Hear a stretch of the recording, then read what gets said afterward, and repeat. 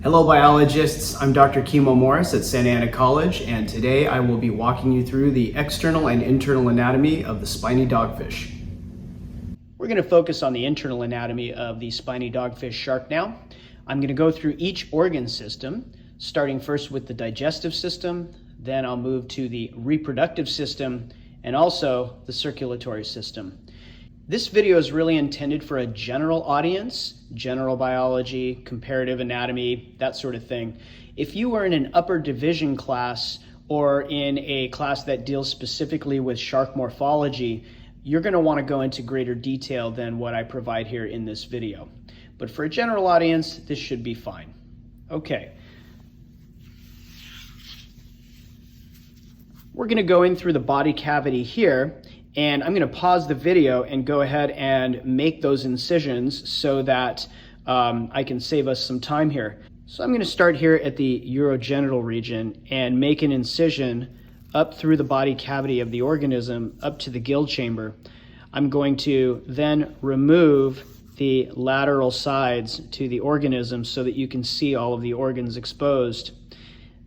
At one point, I'm going to actually open this area of the shark so that you can see the gill chamber and also the circulatory system with the heart. I've removed the lateral and ventral body wall of the body cavity here, exposing all of the organ systems. I'm going to start up at the anterior end and work my way down of things associated with the digestive system. Now, here's the mouth up here. And right about in this region is the esophagus. I haven't exposed that yet because I want to focus on the gills in a separate section here. But the one thing that I see as soon as I enter the body cavity here is a very prominent liver. Here's the right lobe of the liver. This is the left lobe of the liver. And this is the median lobe or the central lobe of the liver. And you'll notice that this organ is incredibly large. In sharks, skates, and rays, they actually use their liver for buoyancy control.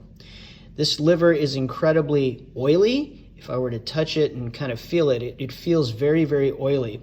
It contains an oil called squalus, and because oil is lighter than water, it actually is buoyant, and it allows this organism to offset the heavy weight of their cartilage and of their muscle and other organ systems. This animal does not have a swim bladder. Swim bladders are common in bony fishes, but this is a cartilaginous fish, so there's no swim bladder present. Its buoyancy is controlled not by gas-filled bladders, but instead by oily livers.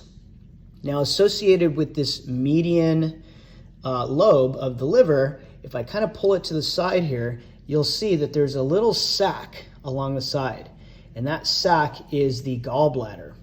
And right behind it is a duct. This duct right here is the common bile duct, and that is ultimately what connects the gallbladder and the liver to the stomach. So this is the stomach right here. Comes down all the way through here. It's a very large structure.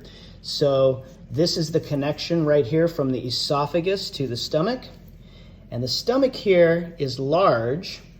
It actually can be divided up into separate sections. This portion is actually referred to as the cardiac portion of the stomach. And down here is the pyloric section of the stomach. So a very large structure, obviously, in this organism.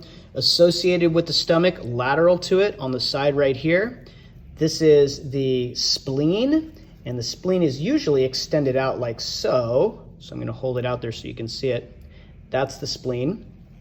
And if you come down here on the lower portion of the stomach, the pylorus, down here, you actually will find the pancreas. So this is the ventral lobe of the pancreas, right there.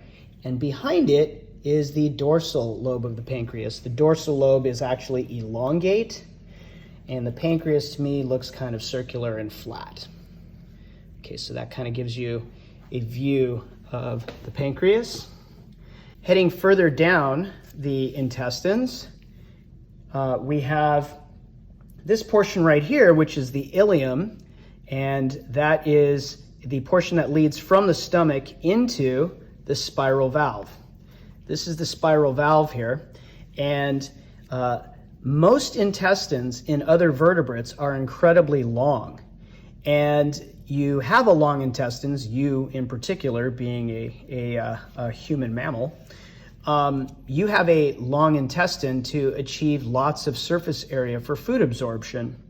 Well, this shark has a relatively short intestine, and the way that it's able to achieve its high surface area for food absorption is by having this spiral valve. The spiral valve is like a corkscrew-shaped organ where food comes in one end, and then it's forced through a series of spirals all the way down until it gets to the colon down here. So this is how this organism is able to achieve high levels of food absorption with surface area, is by having this coiled system here in the spiral valve. This is a feature that is unique to members of the class Chondrichthyes, so you will not see this feature in bony fishes. Okay, coming further down here, again, as I mentioned, this is the colon terminating in the rectum. So this is the rectum right here, and the cloaca, which is the common genital pore at the back end. Now I'm going to move this aside so that you can see one other feature associated with this region right here, and that's this structure.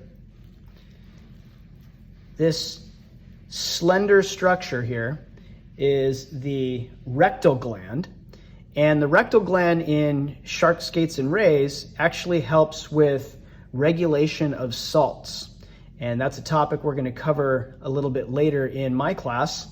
But that's the organ that does it, so it rids excess salts and through the rectum, and that now covers everything associated with the digestive system.